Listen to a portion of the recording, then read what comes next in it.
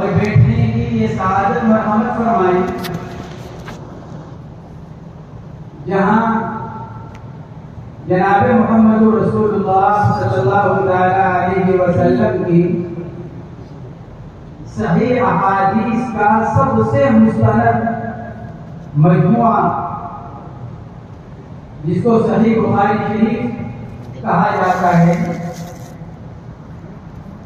ہمارے بھائی مولوی مسیح اللہ صاحب زیرہ مجبور نے آج اس کو مکمل کیا اور حضرت کے ذریعے سے انشاءاللہ اس کی تکمیل ہوگی، تو یہ ہمارے لیے سعادت کی بات ہے۔ ان کے لیے تو ہے ہی سعادت جنہوں نے یہ کارنامہ انجام دیا، لیکن ہمارے لیے بھی یہ سعادت کا موقع ہے کہ ہم اس مجلس میں شرکت کر رہے ہیں۔ اللہ رب العزت استاد اور شاگرد مولانا مفتی اسرار احمد صاحب جن کی شبان اور روز محنتوں سے الحمدللہ یہ کام تکمیل کو پہنچا اور ان کی دلچسپی سے ولی وسیع اللہ کی محنت اپنی جگہ اور مفتی اسرار صاحب کا وہ اپنی جگہ، ایک استاد ہونے کے ناطے، ایک ذمہ دار ہونے کے ناطے، جہاں ایک طرف ہمارے ولی وسیع اللہ صاحب مبارکبادی کے مستحق ہیں، ان کے استاد محترم بھی مبارکبادی کے مستحق ہیں، ان کو بھی مبارکباد دی جائے۔ مجھے تو مختصر سی بات عرض کرنی ہے، حضرات اکابر، حضرات مشائخ، اساتذہ یہاں تشریف فرما ہیں۔ عبداللہ ابن مسعود رضی اللہ تعالیٰ عنہ کی جو روایت پڑھی، اللہ کے نبی علیہ الصلوۃ والسلام نے جو خوشخبری سنائی، نظر اللہ عبدا سمع مقالتی فحفظها ووعاها وزكاها، اللہ تبارک و تعالیٰ تر و تازہ رکھے اس بندے کو جو میری احادیث شریفہ کو سنے اور اس کو حفظ کرے، یاد کرے، محفوظ کرے اور پھر آگے اس کو نقل کرے۔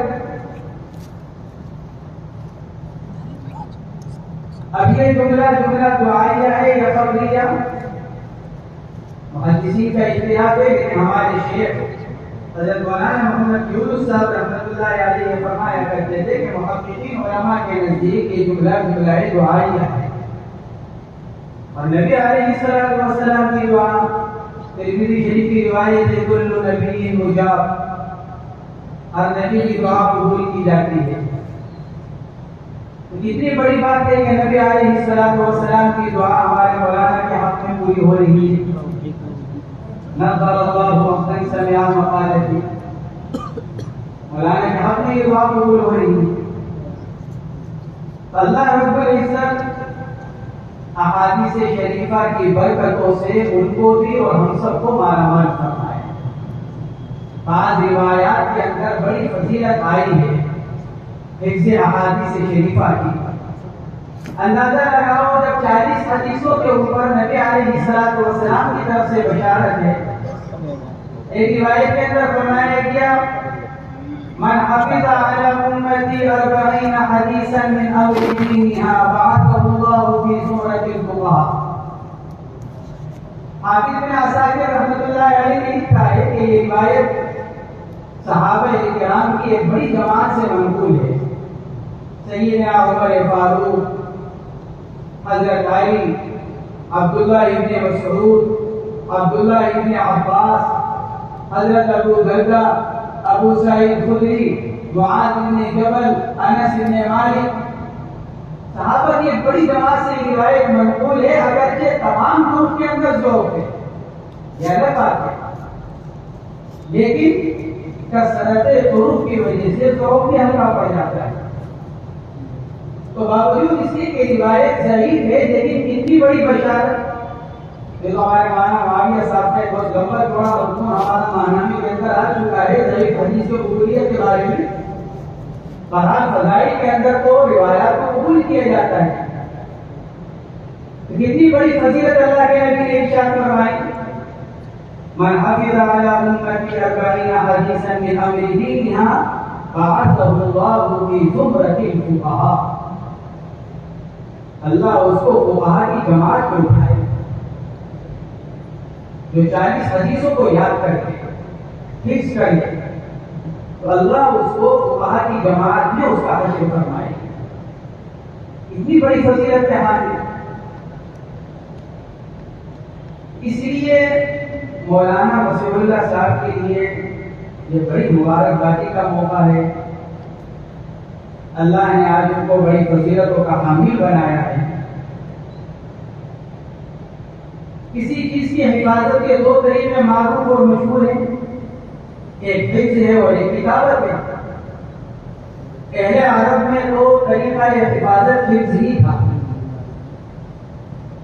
بلکہ اہل عرب کو کتابت کو انتہائی ناپسندیدہ بھی سمجھتے تھے، اور اگر کوئی آدمی حفظ کے مقابلے میں کتابت کو اگر ترجیح دیتا تھا تو اس کو بہت ہلکا سمجھا جاتا تھا. حضرات صحابہ کرام نے قرآن پاک کی حفاظت کے ساتھ ساتھ جو احادیث شریفہ کی حفاظت اللہ نے جو حضرات صحابہ کرام کی جماعت کے ذریعے سے فرمائی ہے وہ حفظ ہی کے ذریعے سے تھی. کتابت بھی تھی اللہ کے نبی کے دور میں، لیکن بقول ہمارے شیخ رحمت اللہ علیہ کے کتابت تو بہت کم تھی اس دور میں. اصل تو حفظ ہی تھا.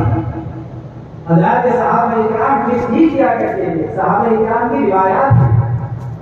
حضرت انس بن مالک رضی اللہ تعالیٰ عنہ کی روایت ہے، ہم حضور پاک علیہ الصلوۃ والسلام کی مجلس میں ہوتے، آپ علیہ الصلوۃ والسلام ارشاد فرماتے تو جب ہم آپ کے پاس سے اٹھتے تو ان سنی ہوئی باتوں کا ایک دوسرے کے ساتھ غور کرتے تاکہ ہم کو ازبر یاد ہو جائے، حفظ ہو جائے.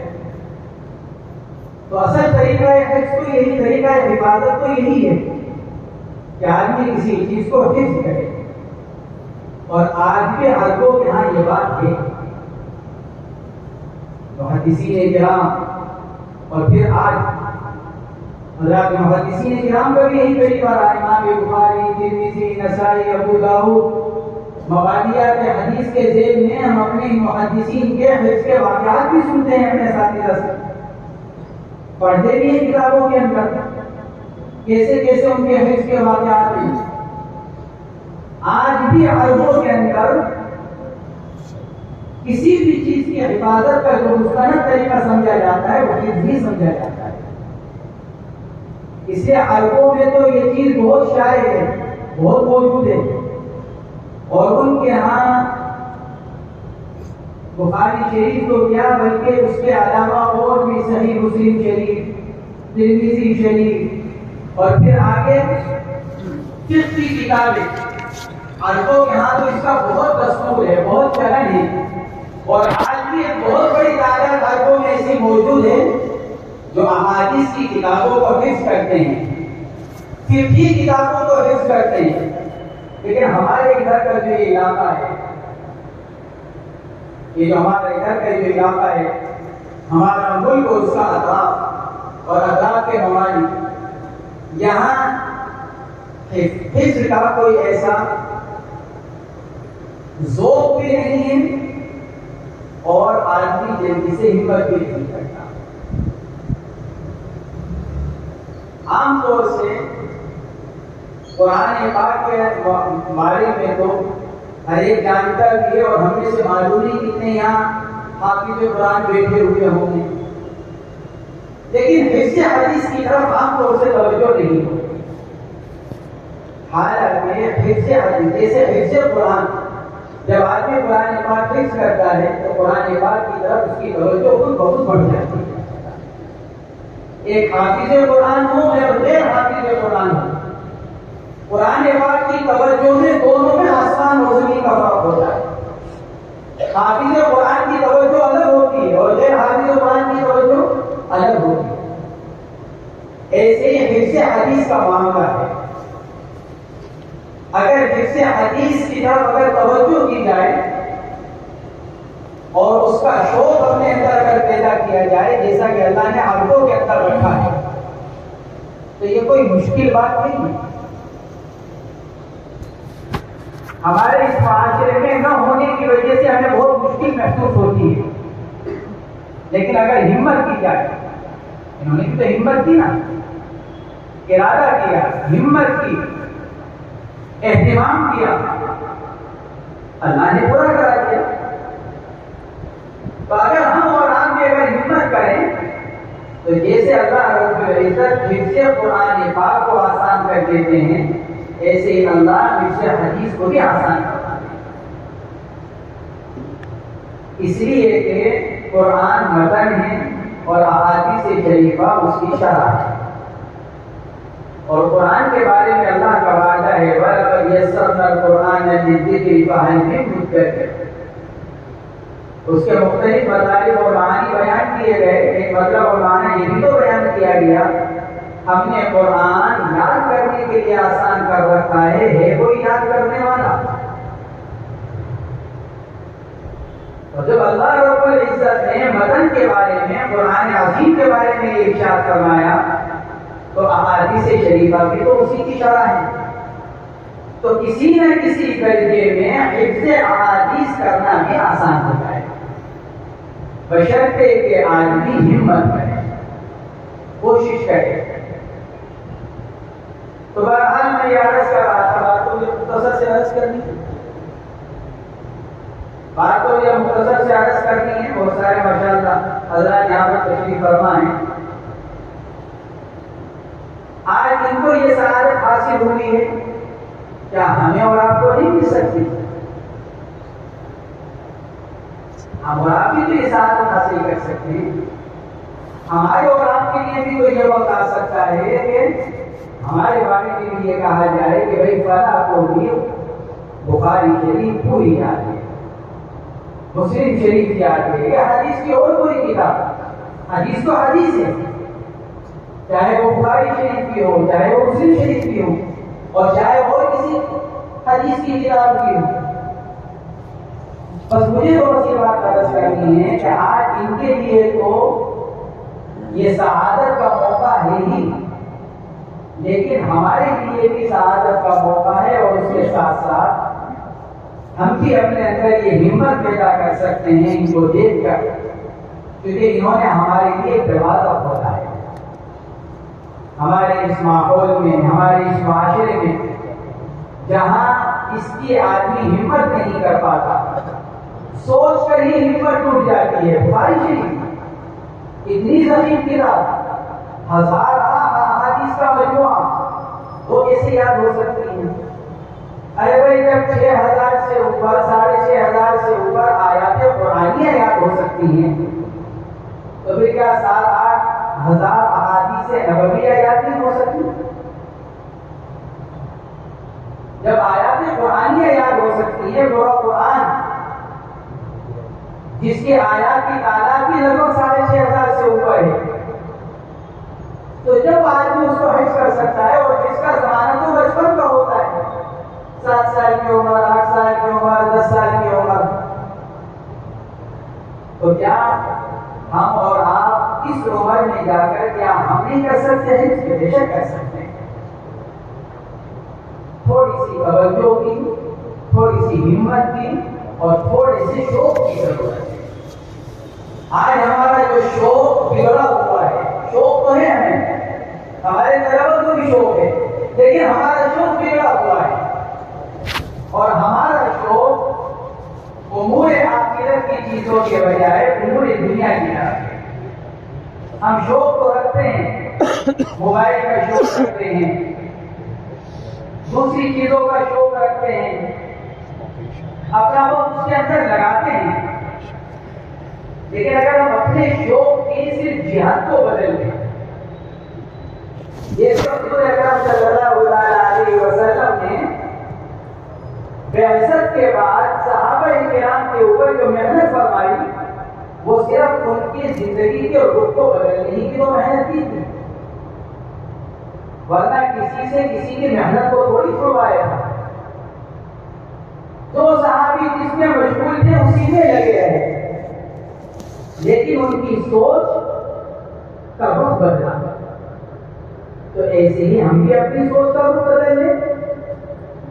ہماری جو سوچ کا رخ دنیا کی طرف ہے، دنیا کی چیزوں کی طرف، دنیا کی چیزوں کا شوق، ہم اس سے اپنے آپ کو یکسو کر اپنے اس وقت کو قیمتی بنا کر اگر ہم بھی اس سعادت کو حاصل کر لیں تو یہ ہمارے لیے بھی، ہمارے والدین کے لیے بھی، ہمارے اساتذہ کے لیے بھی اور ہمارے خاندان کے لیے بھی، دنیا میں بھی اور آخرت میں بھی اللہ رب العزت کی رضا کے حصول کا بہت بڑا ذریعہ بن سکتا ہے۔